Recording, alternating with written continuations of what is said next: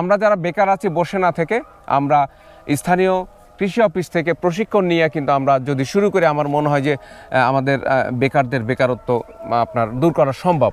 অবশ্যই এখানে আমারও এই ফসলের পাশাপাশি কিছু কিছু লোকের কর্মসংস্থানের ব্যবস্থা হয়েছে ইনশাআল্লাহ, তারা সারা বছর আমার এখানে কাজ করতেছে। হ্যাঁ, এটা একটা বড় জিনিস যে আমরা দেখা যাচ্ছে চাকরি করলে কি হবে, চাকরি করলে কিন্তু আমার ক্ষমতা নাই আরেকজনকে আমি চাকরি দিত, আপনি একটা চাকরি করতেছেন, আপনি চাইলে কিন্তু আপনার এলাকার আরেকজনকে নিয়ে আপনার পোস্টে চাকরি দিতে পারবেন না, সেই সুযোগ আপনার নাই।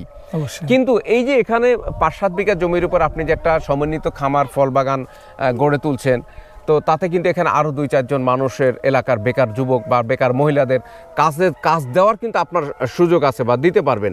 এটা হচ্ছে কিন্তু একটা বড় ফ্যাক্টর যে আপনি নিজেই শুধু স্বাবলম্বী হচ্ছেন না, পাশাপাশি সমন্বিত বাগান করার মাধ্যমে অন্য আরো কিছু বেকার অন্তত 2 জন মানুষের যদি কর্মসংস্থান আপনি করতে পারেন বা হয়ে যায়, এটা কম কথা, অনেক বড় একটা কিছু।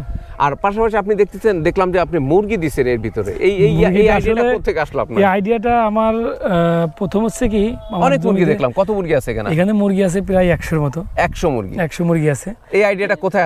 এটা মূলত হচ্ছে কি, আমার বাড়িতে মুরগি পালতাম। আচ্ছা আচ্ছা। তো হঠাৎ করে দেখি মুরগিতে পোকামাকড় খেতে ভালোবাসে। আচ্ছা। আর ফল বাগান যেহেতু আশেপাশে কোথাও ফল বাগান আমার উপজেলায় নাই। আচ্ছা। তা যেখানে পোকার আক্রমণটা প্রচন্ড হইতো আর কি, চারপাশে ফসলি জমি, তো যখন ওরা কীটনাশক মারলে আমার বাগানে এসে ওই পোকাগুলো আক্রমণ করতো।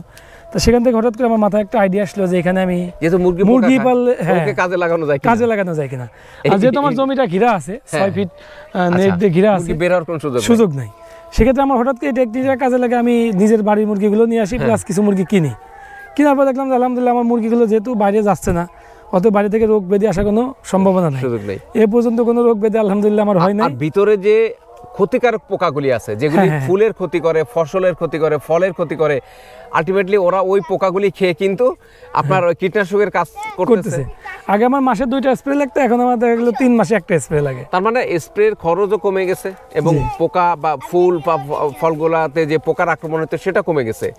দর্শক বন্ধু, এটা হতে পারে একটা আধুনিক কৃষির একটা হতে পারে, আধুনিক কৃষির একটা আধুনিক পদ্ধতি হতে পারে যে আমরা যারা ফল বাগান করি, জমিটা তো পড়েই আছে, সো পাখি কি করে, মুরগি কি করে, আপনার পোকা খায়, ঘাস খায়, লতা পাতা খায়।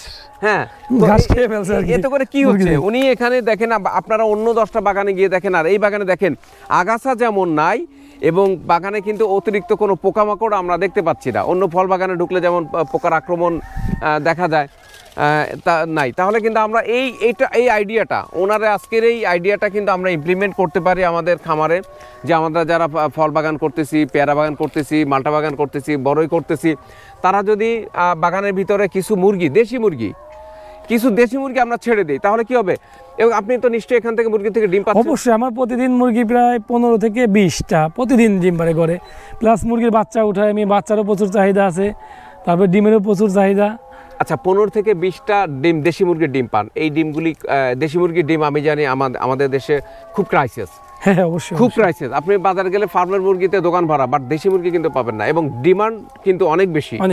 সো কত করে বিক্রি হচ্ছে? আমার হচ্ছে প্রতি পিস ডিম 20 টাকা। দর্শক বন্ধু, প্রতি পিস ডিম হচ্ছে 20 টাকা, যেখানে আপনার একটা ব্রয়লার মুরগির ডিম কিন্তু এত দাম না। সো হ্যাঁ, ব্রয়লার মুরগি এক পিসের দাম হচ্ছে 10 টাকা, আর এখানে সে দেশি মুরগি আকারে ছোট বাট বিক্রি হচ্ছে ডবল দামে। এটাও কিন্তু আয়ের একটা উৎস হতে পারে এই বাগান থেকে, অতিরিক্ত আয়ের উৎস আমরা ধরতে পারি। সো আমরা বাগানের ভিতরে যদি কিছু দেশি মুরগি ছেড়ে দেই, কয়েক দিক দিয়ে আমরা বেনিফিটেড হতে পারি। একদিক দিয়ে আমাদের পোকামাকড় খেয়ে, ক্ষতিকারক পোকামাকড় খেয়ে ফেলবে, তারপর আগাছাকে বাগানটাকে সুন্দর রাখবে, এখান থেকে কিছু ডিম আসবে যেটা আমাদের পরিবারের পুষ্টির চাহিদা, মাংসের চাহিদা, ডিমের চাহিদা পূরণ হবে। অতিরিক্তটা আমরা বিক্রি করে বাড়তি একটা নিজেদের খাওয়া, রাইট। তারপর হচ্ছে ফ্রেশ বিক্রি করা, ফ্রেশ ডিম। বর্তমান তো এই কেমিক্যালের যুগে আপনি ফ্রেশ জিনিস পাওয়াটাই মুশকিল। এবং সেক্ষেত্রে আমরা যদি বাগানে ইয়া করি, আমরা যদি বাগানে দেখেন এখানে এটা কি দেখা যাচ্ছে আবার, এটা এখানে শুধু মুরগি শেষ না, কবুতর আছে। কবুতর আমার শখের জিনিস। আচ্ছা, এখানে কবুতর এখানে খোলা রাখছেন, এগুলো চলে যায় না? না, এটা রাত্রে বেলা এখানে আটকায় দিই। আচ্ছা আচ্ছা। কবুতরগুলো কি আছে মূলত মানে একটা আদর্শ সমন্বিত খামারের যা যা থাকা দরকার, হাঁস, মুরগি, কবুতর, ফসল, পেয়ারা, মালটা সবই আছে এখানে দেখা যায়। শুধু যদি কিছু গরু রাখা যেত। আপনি অবাক হবেন, গরু আছে এখানে। কোথায় আসে? আমরা গরু দেখি, আছে দর্শক বন্ধু দেখি। এখানে আমার প্রচুর পরিমাণে জৈব সার প্রয়োজন হয়, যেটা হচ্ছে কিনাটা মেন বিষয় না, আনাটা হচ্ছে অনেক কষ্টকর। আচ্ছা আচ্ছা, মানে লেবার পাওয়া যায় না। হ্যাঁ, জৈব সার কিনে আনা একটা খরচ, আনা একটা খরচ।